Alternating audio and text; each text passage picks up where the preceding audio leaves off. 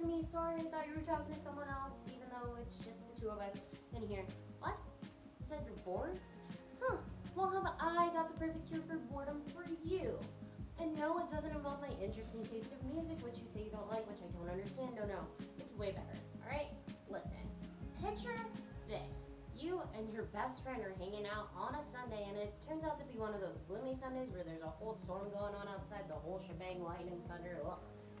So we've been inside all day, and we're getting a little bit stir crazy.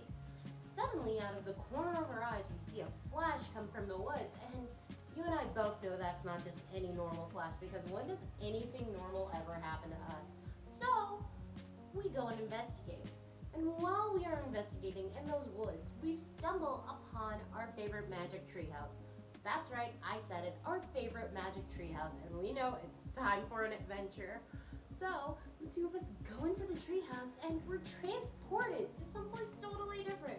When we come to, we hear groans of agony. We see men in gray and blue, and we smell gunpowder? This is exactly what happens to brother and sister duo Jack and Annie in the book Civil War on Sunday by Mary Pope Osborne, although, unlike us, they wish to be transported here to help their friend Morgan Le Fay save Camelot. You know, Camelot from King Arthur's time? Jack and Annie are transported back in time to the Civil War era with the goal of finding something to follow. This seems like it will be a challenge since they've never been here before. They're just kids, and oh yeah, they're in the middle of a war. On their adventure, they meet the angel of the battlefield, Clara Barton. Clara Barton was a famous Civil War nurse who used her own money to buy her nursing supplies. She would also drive straight onto the battlefield and help save the wounded. Clara seems like one skilled nurse, but do you think she has what it takes to help Jack and Annie on their quest? Here, let me read you a bit starting on page 42. Shh, just listen. Musket fire, said Clara. Jack remembered that muskets were long old-fashioned guns. What are those flashes? Asked Annie. Jack tried to open his eyes and see what she was talking about. He saw bright flashes of light in the distance and puffs of smoke in the sky.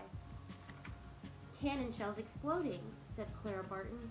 Shells are like small bombs. They have ruined much farmland. Jack squinted at the passing countryside. The ground was filled with ugly holes. Long ditches were also cut through the fields. Did the shells make those ditches too? He asked. No. Those are trenches the soldiers dug for a battle, Clara said. Each side digs their own. Day after day, they sit in the trench, firing their muskets at one another. One of the reasons that I like this series so much is because it sparked my interest in reading back in 4th grade. That's right, back in 4th grade.